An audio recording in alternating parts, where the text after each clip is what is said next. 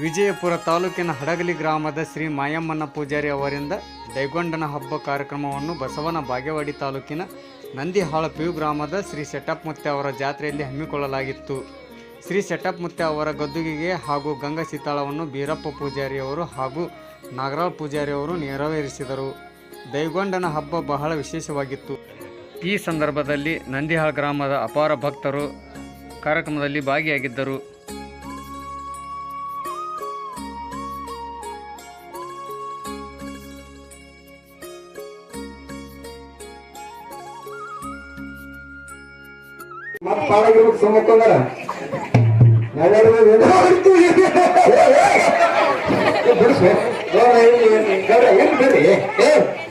ನಿನಗೇನ ಹಂಗ ಮಾಡೋದೇ ಪಾಡ ನಿಮ್ಗೆ ಏನು ಈಗ ಹೇಳ್ತೀರ ಒಂದ್ ಸ್ವಂತ ಹಾಕಿಬೇಡಿ ಅಂತ ಬಿಡಿಸೋಬ್ರ ನಿಮ್ಗೇನಾರ ಗೌಡಗ ಹೇಳಿ ಸಾಕಾಗ್ಯದ.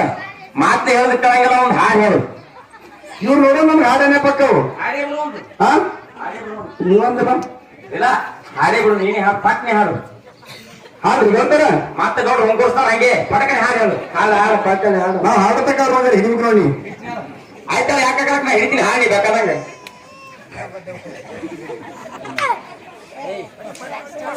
ಹಾಡ್ರಿ ಗೌಡ್ರ ಹಾಡವ ಮಗನ.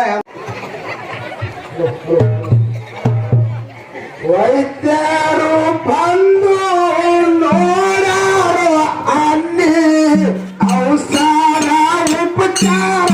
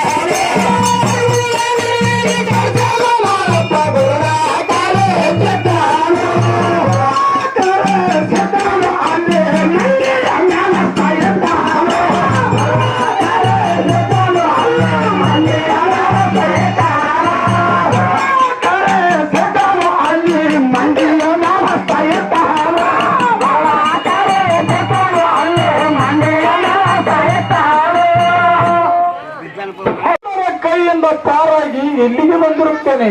ಹೌದು, ನಾನೀಗ ಭಾಗ್ಯದ ಹೆಣ್ಣಿನ ಕಡೆಗೆ ಹೋಗಬೇಕಾಗಿದೆ ಗುರುದೇವ. ನನಗೆ ಭಾಗ್ಯದ ಹಿಂದಿನ ಕಡೆಗೆ ಹೋಗಲು ನಿಮ್ಮ ಆಶೀರ್ವಾದ ಸದಾ ಇರಬೇಕು ತಂದೆ. ಆಗಲಿ ಮಾಡಪ್ಪ, ನೀನಾದರೂ ಭಾಗ್ಯದ ಹಿಂದಿಗೆ ಕಡಿ. ಆಗಲಿ ಮಾಡಪ್ಪ, ನೀನಾದರೂ ಭಾಗ್ಯದ ಹಿಂದಿಗೆ ಹೋಗಿ ಬಾ. ನಿನಗೆ ಸದಾ ಆಶೀರ್ವಾದ ಇರುತ್ತದೆ ಮಾಡಪ್ಪ. ಹೋಗಿ ಬರುತ್ತೇನೆ ತಂದೆ. ಸದಾ ನಿನ್ನ ಆಶೀರ್ವಾದ ನನ್ನ ಶಿರದ ಮೇಲೆ ಇರಲಿ ತಂದೆ. ಹೋಗಿ ಬಾ.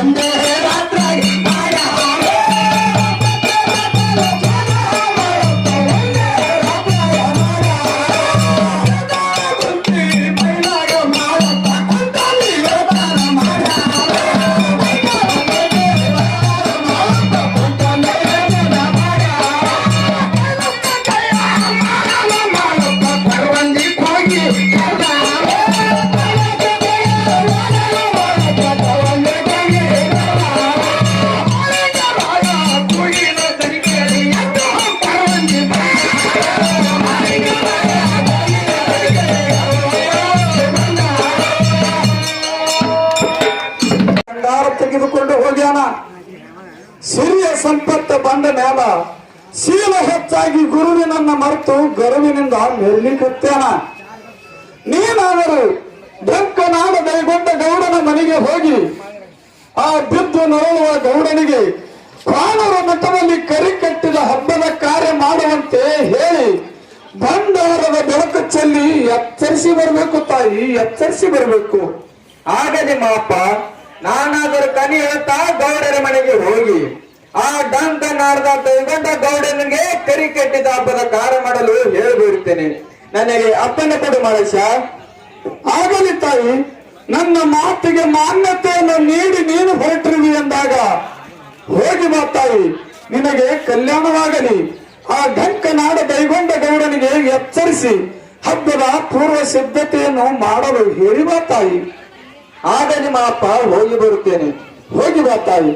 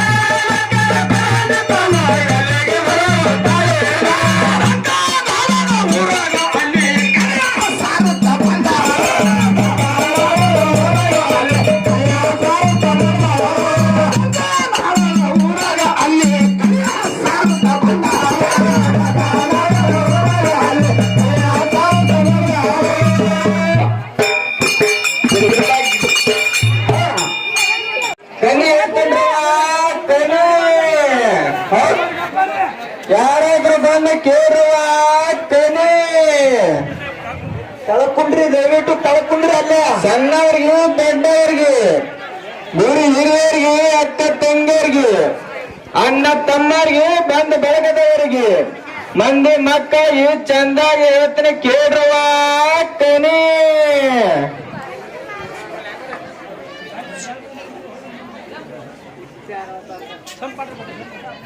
ನಾನೇನು ಕೌರವರ ಮನೆಯಿಂದ ಬೆಳ್ಕೊಳಕ್ ಬಂದ ಕೊರವಂಜಿ ಅಂತ ತಿಳಿಬೇಡ್ರವ. ನಾ ದೇವಲೋಕದ ಕೊರವಂಜಿ ಬಂದೇನ್ರವ. ಯುದ್ಧ ಸುದ್ದಿ ಸಿದ್ಧಾಂತ ಹೇಳ್ತೀನಿ. ಏನಂದ್ರ ಉಂಡ ಊಟ ಹೇಳ್ತೀನಿ, ಕಂಡ ಕನಸು ಹೇಳ್ತೀನಿ, ಪಾತಾದಾಗಿನ ಬೇಗ ಹೇಳ್ತೀನಿ, ಕೈಲಾಸದಾಗಿನ ಸುದ್ದಿ ಹೇಳ್ತೀನಿ, ಭಾರತದಾಗಿನ ಕೀರ್ತಿ ಸಾರ್ತೀನಿ. ಕನಿ ಹೇಳ್ತೀನ್ರವ ಕನಿ. ಯಾರಾದ್ರೂ ಬಂದ ಕೇಳ್ರವ ಕನಿ.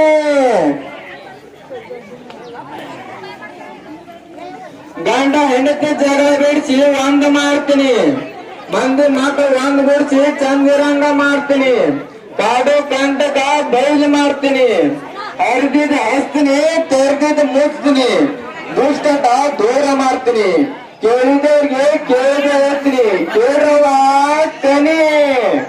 ಹೇಳ್ತೀನಿ ಕನಿ. ನಾನೀಗ ದಂಕ ನಾಡದ ದೈಗಂಡ ಗೌಡರ ಮನೆಗೆ ಬಂದಂತ ಇತ್ತು. ಗೌಡನ ಮನೆಗೆ ಕೂಗಿ ಕರೆದ್ರ ಆಯ್ತು. ಯಾರಿದ್ದರು ಗೌಡ್ತಾರ ಮನ್ಯಾಗ? ನಾ ಕರೆಯಂಜಿ ಬಂದಿನ್ರವ ಹೊರಗ. ಓಹೋ, ಯಾರನ್ನ ಬೋದು ಹೊರಗೆ ಕನಿ ಹೇಳುತ್ತಾನೆಂದು ಕೂಗುತ್ತಿದ್ದಾರಲ್ಲ.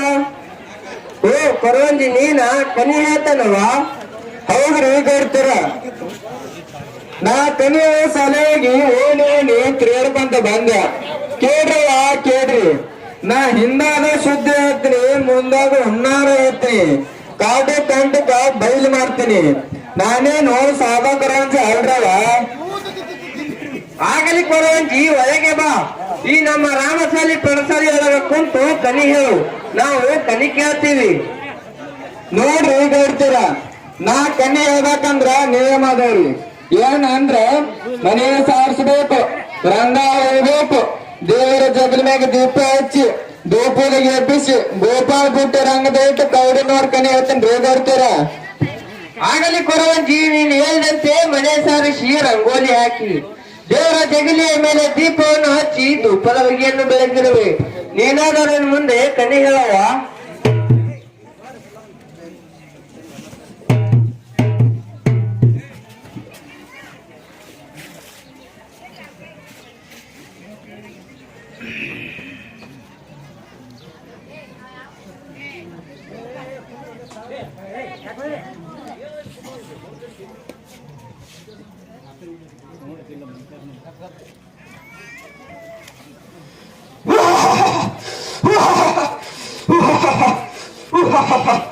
ಲೇ ಗೌಡ ಗೌಡ್ತಾರೆ ಹೇಳ ಕೊರವಂಜಿ ಕೇಳಿ.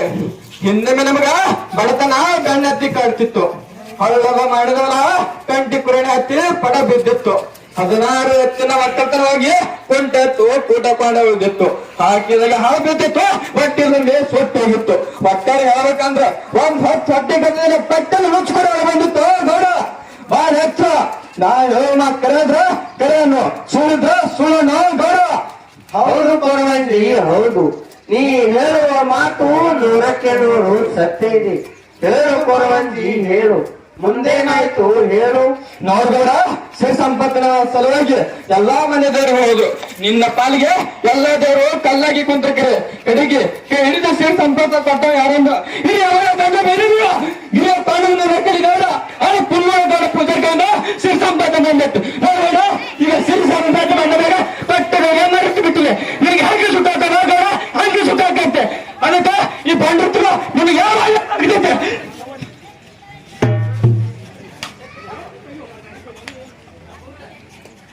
7 ದಿವಸದ ಕರಿಕತ್ತಿದ ಹಬ್ಬವನ್ನು ವಿಜೃಂಭಣೆಯಿಂದ ಹಾಕುತ್ತೇನೆ. ನೀನಾದರೂ ಹಬ್ಬಕ್ಕೆ ಬರಬೇಕೆಂದು ಆಮಂತ್ರಣ ಕೊಡುತ್ತೇನೆ ಕೊರವಂಜಿ. ಆಗಲಿ ಗೌಡ್ರ, ಬರೋಣ. ನಿಲ್ಲು ಕೊರವಂಜಿ, ಇಷ್ಟೆಲ್ಲ ಆದ ಘಟನೆ ಹೇಳಿದಂಗ ನೀವು ಸ್ವಲ್ಪ ನೆಲ್ಲಕ್ಕಿ ಕೊಡ್ತೇನೆ. ನಿಲ್ಲು ಕೊರವಂಜಿ.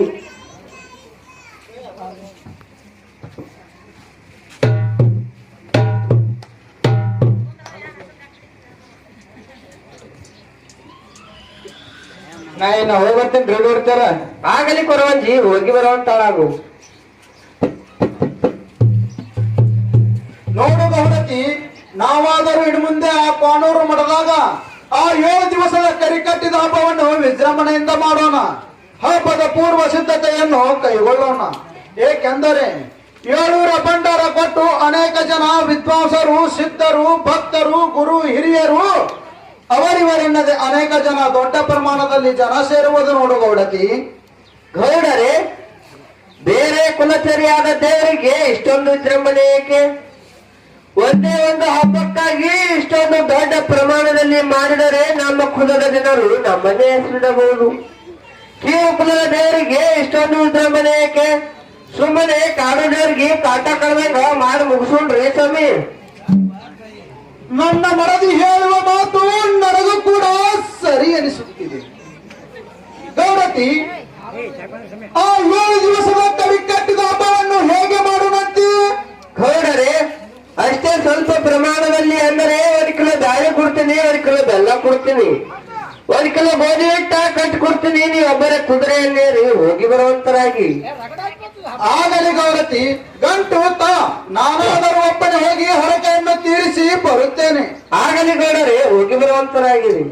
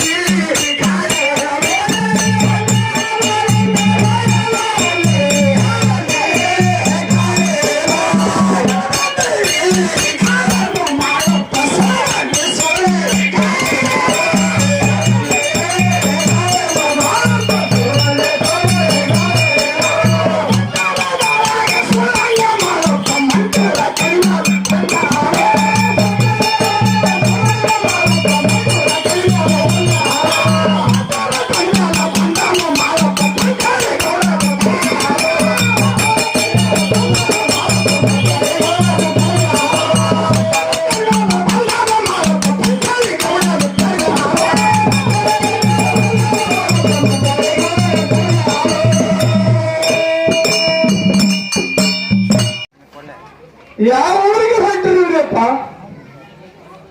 ಭಕ್ತಿಯನ್ನು ಕಟ್ಟಿಕೊಂಡು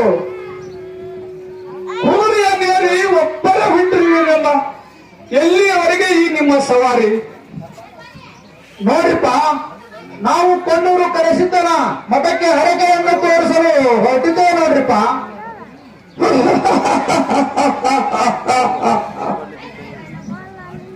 ಯಾವನಪ್ಪ ಇವ? ಹರಕೆಯನ್ನು ಮುಟ್ಟಿಸಲು ಹೊರಟಿದ್ದೇನೆಂದರೆ ನೀನು ಯಾಕೆ ಹೀಗೆ ನಗುತ್ತಿರುವೆ? ಗೌಡರೇ, ನೀವು ಕ್ವಾಮಗನೂರ ಕರೆಸಿದ್ದನಿಗೆ ಏನೆಂದು ಹೇಳಿಕೊಂಡಿದ್ದೀರೆಂಬುದು ಸ್ವಲ್ಪ ವಿಚಾರ ಮಾಡಿ ನೋಡಿರಿ. ಹಾಗ ಹಿರಿಯರೇ, ಹಿಂದೊಮ್ಮೆ ನನಗೆ ಸಿರಿತನ ಹೋಗಿ ಬಡತನ ಬಹಳ ಕಾಡುತ್ತಿತ್ತು. ಆದ ಕಾರಣ ಕೋಣೂರು ಮಡದಾಗ ಮೊದಲಿನಂಗ ಸಿರಿ ಸಂಪತ್ತ ತಿರುಗಿ ಬಂದರ ಕೋಣೂರು ಮಡದಾಗ 700 ಬಂಡಾರ ಕೊಟ್ಟು 7 ದಿವಸದ ಕರಿಕಟ್ಟಿದ ಹಬ್ಬ ಹಾಕುತ್ತೇನೆ ಎಂದು ಬೇಡಿಕೊಂಡಿದ್ದೆ. ಆದರೆ ನನ್ನ ಮಡದಿಯಾದ ನೀಲಲೋಚನ ದೇವಿ ಬೇರೆ ಕೋಚರಿಯಾದ ಕುರುಬರ ಕರಪ್ಪನಿಗೆ ಇಷ್ಟೊಂದು ದೊಡ್ಡ ಹಬ್ಬ ಹಾಕುವುದಕ್ಕೆ ಸಂಕ್ಷಿಪ್ತದಲ್ಲಿ ಮಾಡಿ ಮುಗಿಸಿರಿ ಎಂದಾಳ. ಆದ ಕಾರಣ ನಾನೊಬ್ಬನೇ ಹೊರಟಿದ್ದೇನೆ ನೋಡ್ರಿಪ್ಪ. ಗೌಡರು, ಮಡವಿಯ ಮಾತಿಗೆ ಮರವಾಗಿ ಒಬ್ಬರೇ ಹೊರಟಿರುವುದಿಲ್ಲ. ನೀವು ತಿಳಿದವರದ್ದು ಈ ರೀತಿ ಮಾಡುವುದು ಒಳಿತಲ್ಲ. ಹೌದು, ಏಕೆಂದರೆ ಹರ ಮುನಿದರೆ ಗುರು ಕಾಯುವ, ಗುರು ಮುನಿದರೆ ಹರನು ನಿನ್ನನ್ನು ಯಾವ ಕಾಲಕ್ಕೂ ಕಾಪಾಡಲಾರ. ಹೌದು ಹೌದು. ಮೊದಲು ನೀವು ಕರೆಸಿದ್ದನಿಗೆ ಬೇಡಿಕೊಂಡ ಹರಕೆ ಏನೆಂದರೆ 7 ದಿವಸದ ಕರಿ ಕಟ್ಟಿದ ಹಬ್ಬದ ಕಾರ್ಯ ಮಾಡುತ್ತೇನೆಂದು ಹೇಳಿ ಈಗ ಒಬ್ಬರ ಹೊರಟಿರುವುದಿಲ್ಲ. ಇದು ನಿಮಗೆ ಒಳ್ಳೆಯದಲ್ಲ. ಅಲ್ಲ, ಹೇಗೆಂದರೆ ಹೆಣ್ಣಿಗಾಗಿ ಈ ಜಗದಲ್ಲಿ ಮಣ್ಣಾಗಿ ಹೋದವರ ಹೆಚ್ಚು ಯಾವನೊಬ್ಬನು ಸುಖವಾಗಿ ಬರಲು. ಹೌದು ಹೌದು. ಅದು ಹೇಗೆಂದರೆ ಹಿಂದೊಮ್ಮೆ ಬ್ರಹ್ಮ ವಿಷ್ಣು ಮಹೇಶ್ವರರು ಮಡವಿಯರ ಮಾತಿಗೆ ಮರವಾಗಿ ಅನಸೂಯ ದೇವಿಯ ಮನೆಯಲ್ಲಿ ಕೂಸಾಗಿ ಆಡಲಿಲ್ಲವೇ? ಯಾವ ಶ್ರೀರಾಮಚಂದ್ರನ ಮಡವಿಯ ಮಾತಿಗೆ ಮರವಾಗಿ ಕಾಡಿಗೆ ಬಂಗಾರದ ಜಿಂಕೆಯನ್ನು ತರಲು ಹೋಗಿ ಮಡವಿಯನ್ನೇ ಕರೆದುಕೊಂಡು ಹೋರಾಡಿ ಅಳಲಿಲ್ಲವೇ? ಹೌದು ಹೌದು. 6 ಕೋಟಿ ಆಯುಷ್ಯವುಳ್ಳ ರಾವಣಾಸುರನು 1/2 ಕೋಟಿ ಆಯುಷ್ಯದಲ್ಲಿ ಹೆಣ್ಣನ್ನು ಮೋಹಿಸಿ ಮಣ್ಣಾಗಿ ಹೋಗಲಿಲ್ಲವೇ? ಹೌದು ಹೌದು. ದ್ರೌಪದಿಯ ಸೀರೆಯ ಶರಣ 101 ಜನ ಕೌರವರಿದ್ದರು ರಣರಂಗದಲ್ಲಿ ಮರಣ ಹೊಂದಲಿಲ್ಲವೇ? ಹೌದು ಹೌದು. ಹೆಣ್ಣಿಗಾಗಿ ಮಣ್ಣಾಗಿ ಹೋದವರು ಹೆಚ್ಚು. ಹೆಣ್ಣಿಗಾಗಿ ಸತ್ತವರು ಕೋಟಿ ಕೋಟಿ, ಮಣ್ಣಿಗಾಗಿ ಸತ್ತವರು ಕೋಟಿ, ಹೆಣ್ಣಿಗಾಗಿ ಸತ್ತವರು ಕೋಟಿ. ಹೌದು ಹೌದು. ನಿನಗಾಗಿ ಸತ್ತವರನ್ನು ನಾಕಾಣೆ ರಾಮನಾಥ ಎಂಬಂತೆ. ಹೌದು ಹೌದು. ನೀವು ತಿಳಿದವರಿದ್ದು ಈ ರೀತಿ ಮಾಡಬೇಡಿರಿ. ಏಕೆಂದರೆ ದೇವರ ಗುಡಿಗೆ ಸದರಬೇಕು, ಚಪಾತಿಗೆ ಪದರಬೇಕು, ಉಪ್ಪಿಟ್ಟು ಉದುರಬೇಕು, ಬರಿದಂಡಿಗೆ ಬಿದರಬೇಕು, ಮನಸ್ಸು ಬಹಳ ಮಧುರಬೇಕು. ಮಾತು ಕೊಟ್ಟಂಗೆ ನಡೆಯುವಂತ ಚದುರಿರಬೇಕು. ಆಮೇಲೆ ಗುರುವಿನ ನೆವರು ಎಲ್ಲರಿಗೂ ಇರಬೇಕು. ಹೌದು ಹೌದು. ನೋಡ, ಮಾತು ಕೊಟ್ಟಿದ್ದು ತಪ್ಪಿ ನಡಿಬಾರದು. ನೋಡುವಂತೆ ನಡಿ, ಇದೇ ಜನ್ಮ ಕಡಿ, ಭಕ್ತಿ ಮಾಡಿ ಮುಕ್ತಿ ಪಡಿ ಎಂಬಂತೆ. ನೀನಾದರೂ ಹರಕೆ ಹೇಗೆ ಹೊತ್ತಿರುವೆ ಹಾಗೆ ನಡೆದುಕೊಳ್ಳಬೇಕು. ನೋಡಿಬೇಡ, ಬಹಳ ಎತ್ತರಲ್ಲಿ ನಡಿಬೇಕು. ಹಿರಿಯರೇ, ನಿಮ್ಮ ನುಡಿಗಳನ್ನು ಕೇಳಿ ನನಗೆ ಪರಮ ಸಂತೋಷವಾಯಿತು. ಹೌದಾ? ನಾನಿನ್ನ ತಿರುಗಿ ಹೋಗುತ್ತೇನೆ. ಹಬ್ಬದ ಉಸ್ತುವಾರಿಯನ್ನು ಕೈಗೊಳ್ಳುತ್ತೇನೆ. ನೀವಾದರೂ ಹಬ್ಬಕ್ಕೆ ಬರಬೇಕೆಂದು ಆಮಂತ್ರಣ ಕೊಡುತ್ತೇನೆ. ನಾನಿನ್ನ ತಿರುಗಿ ಹೋಗ್ತೇನ್ರಪ್ಪ. ಹಿರಿಯರೇ, ಆಗಲಿ ಗೌಡರೇ, ನೀವಾದರೂ ತಿರುಗಿ ಹೋಗಿ ನಾನವರ ಮಠದ ಕರಿಕಟ್ಟಿದ ಹಬ್ಬದ ಪೂರ್ವ ಸಿದ್ಧತೆಯನ್ನು ಕೈಗೊಳ್ಳಿರಿ. ನಿಮಗೆ ಒಳ್ಳೆಯದಾಗಲಿ. ನಾನೇನು ಹೋಗಿ ಬರುತ್ತೇನೆ. ಆಗಲ್ರಿಪ್ಪ.